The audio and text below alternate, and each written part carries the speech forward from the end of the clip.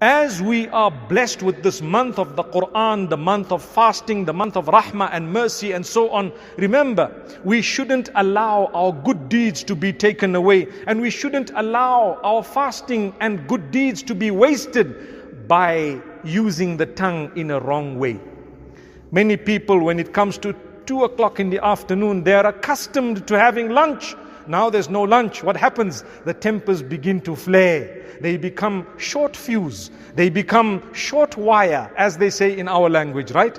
And suddenly, out of nothing, they get angry, they vent, and they think they did a good deed. Come 4 p.m., you need to manage your temper. Come 5 p.m., you need to manage it even more, especially when you're driving home and you know that there is a date.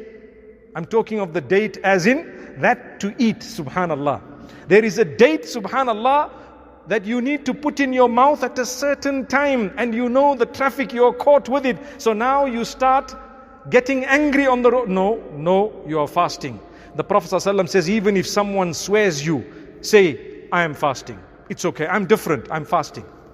And the fasting should help control us and our temper and our character. And that's why the Prophet ﷺ says, من لم يدع قول الزور والعمل به والجهل فليس لله حاجة في أن يدع طعامه وشرابه. Every year we hear this hadith. Whoever has borne false witness and whoever has not quit the bad language and the falsehood and so on and so forth, especially during the month of Ramadan, Allah subhanahu wa ta'ala does not require the fasting from him. What did you waste your time fasting for?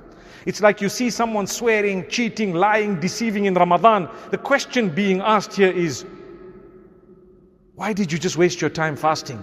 Fasting is not all about food and drink alone. It's about molding yourself. May Allah make us from among those who can mold ourselves. And may Allah subhanahu wa ta'ala bless us. May Allah subhanahu wa ta'ala grant us cure and protect us from disease.